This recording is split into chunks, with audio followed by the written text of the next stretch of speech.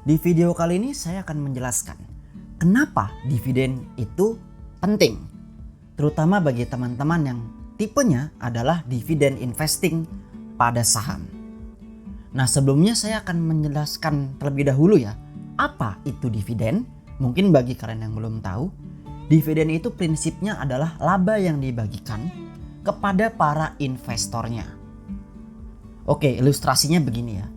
Misalkan saja ada sebuah usaha nih, di mana pada usaha tersebut laba 1 tahunnya atau laba tahun buku berjalannya itu adalah 100 juta rupiah. Di sini dibagi menjadi dua nih. Yang pertama 50% itu laba ditahan. Laba ditahan ini bisa untuk ekspansi usahanya, atau bisa juga untuk kebutuhan belanja modal, atau bisa juga untuk cadangan kas perusahaan tersebut, dan juga hal-hal lain terkait kebutuhan perusahaan. Sehingga 50% laba ditahan atau setara 50 juta. Nah, selanjutnya berarti ada sisa 50% laba dong, atau ini kurang lebih setara dengan 50 juta. Nah, sisa 50% laba inilah yang menjadi dividen. Dividen ini dibagikan kepada investor. Nah, lebih lanjut tentang apa itu dividen, cara hitung dividen, tanggal-tanggal penting seperti come date, ex date, dan juga cara hitung dividen yield, semuanya sudah saya bahas di video ini. Jadi bagi yang ingin tahu lebih detail silahkan ditonton, linknya nanti ada di deskripsi atau bisa klik di kanan atas ini. Nah, selanjutnya apa itu dividen investing? Dividen investing adalah salah satu tipe investor yang ada dalam pasar modal. Di mana tipe dividen investing ini, mereka adalah investor yang fokus pada dividen yang diberikan oleh saham yang perusahaannya mereka investasikan. Dalam hal ini, tipe dividen investor yaitu adalah orang-orang yang mengincar investasi untuk mendapatkan passive income. Jadi nggak fokus liatin harga saham tiap hari, fokus liatin sekuritas tiap menit, tiap jam, mantengin siap jual atau beli, nggak seperti itu. Mereka tipe passive income. Nah, untuk lebih detail terkait dividen investing, saya sudah pernah buat videonya. Silakan ditonton, nanti linknya ada di deskripsi ya, agar lebih paham apa itu dividen investing. Nah, selanjutnya kita masuk ke topik pembahasan nih. Mengapa dividen itu penting? Saya akan jelaskan menggunakan ilustrasi ya, agar lebih mudah. Jadi misalkan di sini ada teman Anda, sebut saja si Budi. Nah, Budi ini ingin membuat sebuah usaha atau sebuah bisnis, di mana Budi butuh modal sebesar 200 juta. Ya untuk sewa tempat, belanja peralatan, modal awal dan sebagainya. Dalam hal ini, si Budi ini kurang nih uangnya. Si Budi ini modalnya dia itu kurang. Hanya ada 100 juta modal yang dimiliki oleh si Budi. Maka di sini Budi berusaha mencari yang namanya investor. Di sini Budi menawarkan nih kepada Anda untuk investasi ke usahanya Budi ini. Dalam hal ini Budi akan menunjukkan yang disebut dengan business plan atau rencana-rencana dia, target dia, lalu juga langkah-langkah dia untuk menjalankan bisnis. Di mana target dia adalah ROE-nya itu adalah 20% per tahunnya. Nah, bagi kalian yang belum tahu apa itu ROE, Return on Equity, dan juga ROA, Return on Asset, serta bagaimana cara menghitungnya, saya sudah pernah buatkan videonya. Nah, bagi yang ingin tahu lebih detail, silakan ditonton videonya, nanti link ada di deskripsi atau bisa klik di kanan atas ini ya, terkait dengan ROE dan ROA. Nah, setelah melihat penawaran dari Budi dan ROE-nya yang 20%, Anda tertarik nih. Oke, deal deh. Mau investasi di sahammu Budi. Maka dibagilah kurang lebih seperti ini perhitungannya ya, investasinya. Budi investasi sebesar 100 juta rupiah dan Anda sebesar 100 juta rupiah. Di mana kepemilikannya berarti sama rata 50% dan 50%. Dibagi dalam 200.000 lembar saham. Anda punya 100.000 lembar dan Budi punya 100.000 lembar saham. Dalam hal ini berarti nilai per lembar sahamnya adalah Rp1.000 per lembar sahamnya. Nah, dalam hal ini terdapat dua kondisi nih, supaya teman-teman ada bayangan ya. Dalam mengelola bisnisnya ini, Budi di kondisi yang pertama, dia tidak membagikan dividen. Jadi laba yang didapat digulung lagi untuk jadi modal. Nah, di sini bisa dilihat ya, berarti pada tahun pertama ekuitasnya adalah 200 juta. Iya dong, karena Anda 100 juta, Budi 100 juta. Di sini profit atau ROE yang ditargetkan Budi adalah 20%. Maka Budi bisa mencapai 40 juta di tahun pertama profitnya. Nah, profit ini karena tidak bagi dividen, dimasukkanlah ke dalam ekuitas. Sehingga jumlah ekuitas di tahun pertama adalah 240 juta. Oke, sudah paham ya? Selanjutnya di tahun kedua dengan ekuitas 240 juta, ROE 20%, maka profitnya adalah 48 juta. Sehingga di akhir tahun kedua jumlah ekuitas perusahaan Budi adalah 288 juta. Sekali lagi karena tidak bagi dividen ya, maka bisa full semua labanya. Nah, ini terus berlangsung sampai dengan tahun kelima usahanya. Ya, kita bulatkan saja jumlah ekuitasnya menjadi 500 juta. Kepemilikan Anda adalah 50%, maka 250 juta. Sehingga dalam 5 tahun berjalan, investasi Anda nilainya sudah bertumbuh menjadi 250%. Luar biasa ya. Nah, kondisi kedua, mari kita lihat bagaimana kalau Budi ini membagikan dividen secara rutin. Tabelnya kurang lebih seperti ini ya, agak lebih panjang. Oke, akan saya jelaskan cara bacanya. Di sini profit atau ROE-nya tetap ya 20%, maka di tahun pertama bisa dapat 40 juta rupiah.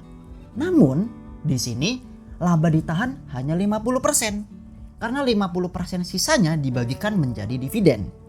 Sehingga jumlah ekuitas itu hanya 220 juta. Ya dong, karena hanya 50% yang dimasukkan ke ekuitas. Tapi Anda dapat dividen nih sebesar 10 juta rupiah. Loh, kok cuma 10 juta? Ya dong, karena kan kepemilikan Anda hanya 50%. Maka Anda hanya dapat 50% dari dividen yang dibagikan 20 juta. Sehingga Anda mendapat 10 juta dividennya.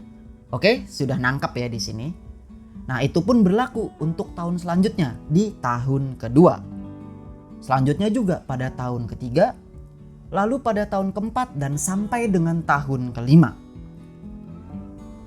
Nah, kita bulatkan saja total ekuitasnya ya, sehingga menjadi 325 juta. Kepemilikan Anda 50%-nya yaitu 162 juta. Maka nilai investasi Anda sudah bertumbuh selama 5 tahun menjadi 163%. Loh, lebih dikit dong Bang dibandingin yang tadi tidak bagi dividen. Iya, betul, lebih sedikit kalau bagi dividen. Tapi, ada tapinya. Kalau kalian perhatikan, di sini kan kalian dapat dividen rutin setiap tahun selama 5 tahun. Maka selama 5 tahun Anda sudah balik modal nih sebesar 61%. Udah kembali uangnya ke kalian. Dari investasi sebesar 100 juta rupiah itu sudah balik modal 61%. Nah, dalam hal ini ada yang perlu diperhatikan nih oleh teman-teman semua atau oleh Anda ya. Baik dalam kondisi di mana perusahaan tersebut tidak bagi dividen maupun membagikan dividen. Yang pertama, untuk yang tidak bagi dividen, dalam 5 tahun Anda tidak dapat apa-apa. Maksudnya gimana? Oke, nilai investasinya memang betul tumbuh selama 250% dalam 5 tahun. Tapi ingat ya, dalam 5 tahun ini kan Anda tidak dapat apa-apa. Dividen nggak dapat, keuntungan nggak dapat. Jadi 5 tahun Anda investasi, nilainya tumbuh tapi nggak dapat apa-apa. Sedangkan di kondisi yang membagikan dividen, dalam 5 tahun bisa dilihat Anda kan dapat dividen rutin setiap tahunnya. Jadi setiap tahunnya selama 5 tahun Anda mendapatkan dividen. Jadi dalam waktu 5 tahun Anda sudah balik modal 61%. Selain itu, nilai investasi Anda juga bertumbuh. Tetap bertumbuh walaupun sedikit tapi terus bertumbuh. Sehingga di sini bisa dilihat untuk perusahaan yang membagikan dividen, dalam 5 tahun Anda sudah balik modal 61% dan investasi Anda tetap bertumbuh dari tahun ke tahun. Nah, lalu yang kedua, untuk perusahaan yang tidak bagi dividen, kalian hanya akan mendapatkan hikmahnya saja. Nah, maksudnya gimana? Oke, saya jelaskan. Di sini adalah kondisi baik, di mana Budi berhasil sesuai dengan plan dan targetnya, 20% per tahun. Tapi sekarang saya tanya, bagaimana kalau kondisi buruk yang terjadi? Ayo, bagaimana? Saya gambarkan lagi supaya kalian bisa dapat gambarannya atau ilustrasinya. Baik untuk yang tidak bagi dividen ataupun membagikan dividen. Nah, untuk yang tidak bagi dividen, di tahun pertama oke lah, si Budi ini bisa sesuai plan, sesuai targetnya. Jadi si Budi ini bisa mendapatkan profit sebesar 20% di tahun pertama. Jadi Budi ini bisa mendapatkan profit 20%. Di tahun kedua, profit yang didapatkan oleh Budi ini menurun. Karena yang namanya bisnis atau usaha itu pasti naik turun. Tidak akan bisa stagnan. Segitu terus atau naik terus. Tidak akan. Akan ada fase pasang surut naik turunnya. Kalian pasti sudah tahu juga hal ini. Nah, di tahun kedua si Budi ini profitnya turun. Jadi hanya 10% profitnya. Sehingga di tahun kedua profit yang didapatkan si Budi ini, perusahaan Budi, hanya 24 juta. Nah, tetapi seperti yang saya bilang, usaha kan naik turun. Di tahun ketiga profitnya si Budi ini meningkat karena dia mungkin bisa efisien, bisa maksimal penjualannya. Sehingga di tahun ketiga profitnya itu menjadi 132 juta. Profitnya besar. Nah, tapi di tahun keempat terjadi hal buruk. Ya, terjadi krisis lah. Bisa pandemi seperti kemarin ya 2020. Bisa krisis ekonomi, bisa bencana, bisa apapun itulah, intinya terjadi krisis.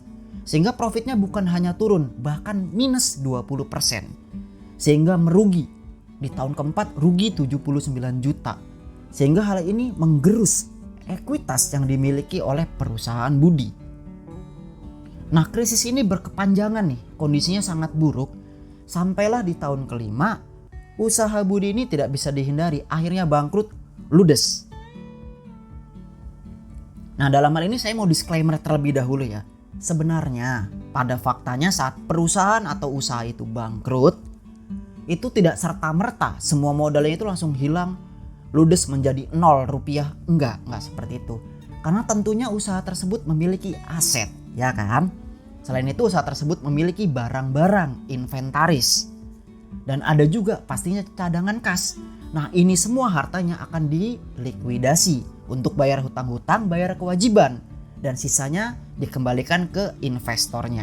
Tetapi akan sangat panjang, rumit, dan sulit hitungannya kalau hitung likuidasi. Jadi kita anggap kondisi terburuk saja, worst skenario, bener-bener jadi 0 gitu. Kita anggap seperti itu ya. Jadi usaha Budi ini jadi 0, bangkrut, bener-bener habis. Nah, dalam hal ini terjadi, maka apa yang Anda lakukan? Ya, Anda cuma bisa pasrah. Anda hanya bisa mengambil hikmahnya saja. 100 juta Anda ludes dan hilang. Sedangkan di kondisi yang membagikan dividen, ini sama kondisinya. Di tahun pertama profit 20%, sehingga dapat 40 juta profitnya. Di tahun kedua profitnya turun jadi 10%, sehingga dapat 22 juta. Di tahun ketiga profitnya naik jadi 50%, sehingga dapat 115 juta. Di tahun keempat merugi 20%. Dan di tahun selanjutnya itu bangkrut usahanya. Maka di sini bisa dilihat ya, teman-teman, kondisinya ini walaupun bangkrut, tapi kalian lihat coba, di 3 tahun awal kalian kan atau Anda dapat dividen, maka sebenarnya Anda sudah balik modal sebesar 44%. Sehingga di perusahaan yang membagikan dividen masih ada investasi kalian yang kembali. Kalian gak hanya mendapatkan hikmahnya saja, gak benar-benar ludes uang kalian. Lalu yang ketiga, untuk perusahaan yang tidak bagi dividen, sahamnya harus dijual agar bisa mendapatkan profit. Maksudnya bagaimana? Nah, oke. Di sini nilai investasi Anda memang tumbuh 250%. Tapi kalau sahamnya nggak dijual, ya kalian nggak dapat apa-apa. Jadi supaya kalian bisa dapat nih untungnya, ya harus dijual sahamnya. Kalau enggak, ya Anda tidak dapat apa-apa juga dong ya, karena ini cuma angka di atas kertas saja. Tetapi di perusahaan yang membagikan dividen, kalian tuh dapat dividen secara rutin. Jadi bisa tetap dapat keuntungan tanpa harus menjual sahamnya. Nah, enak kan? Sedangkan di sisi lain, nilai investasi Anda itu tetap bertumbuh dari tahun ke tahun kalau di perusahaan yang membagikan dividen. Sehingga di perusahaan yang bagi dividen, Anda bisa tetap dapat profit tanpa harus dijual sahamnya. Jadi saham tetap punya, profit tetap dapat. Nah, hal ini berlaku juga kalau Anda investasi di sebuah saham atau di saham yang perusahaannya itu ada ya di dalam pasar modal, perusahaan-perusahaan terbuka yang dimana kalian transaksikan di sekuritas. Untuk saham-saham yang perusahaannya tidak bagi dividen, maka kalian akan berebutan nih jual beli sahamnya. Karena kalian hanya fokus pada capital gain, pada harga aja. Dimana pastinya banyak holder lainnya di saham tersebut. Di saat harganya itu naik, kalian harus berebutan menjual dengan holder lain yang memang ngincer capital gain. Nah, silakan deh kalian berebutan jual saham tersebut dengan holder lainnya. Sedangkan di perusahaan yang sahamnya itu rutin membagikan dividen, kalian investasi di saham tersebut ya bisa investasi dengan tenang dan juga dengan nyaman. Kenapa begitu? Ya karena kalian tenang aja, nggak usah panik harga naik. Kalian udah dapat passive income secara rutin setiap tahunnya. Dari mana? Ya dari dividen yang kalian dapatkan. Jadi nggak usah panik saat harga naik atau turun.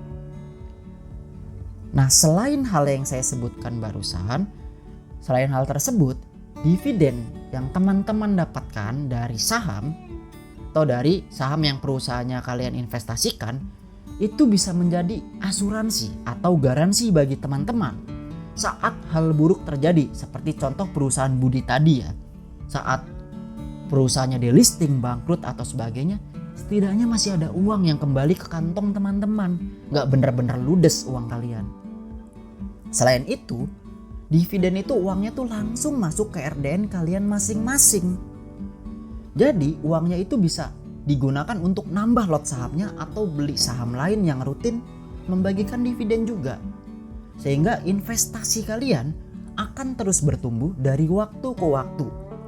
Akan terus compounding. Sehingga dividen menurut saya sih adalah hal yang penting untuk investasi.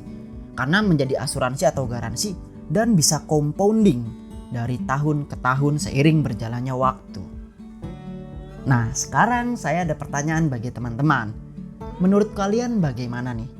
Dividen saham itu penting atau tidak?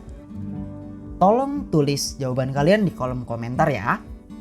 Nah, bagi teman-teman yang masih belum tahu dan ingin tahu lebih detail tentang apa itu dividen, tanggal-tanggal penting tentang dividen, kalian bisa lihat videonya di sini. Dan apa itu dividen investing? Kalian bisa lihat videonya di sini.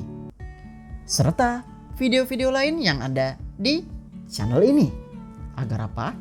Agar kita paham saham.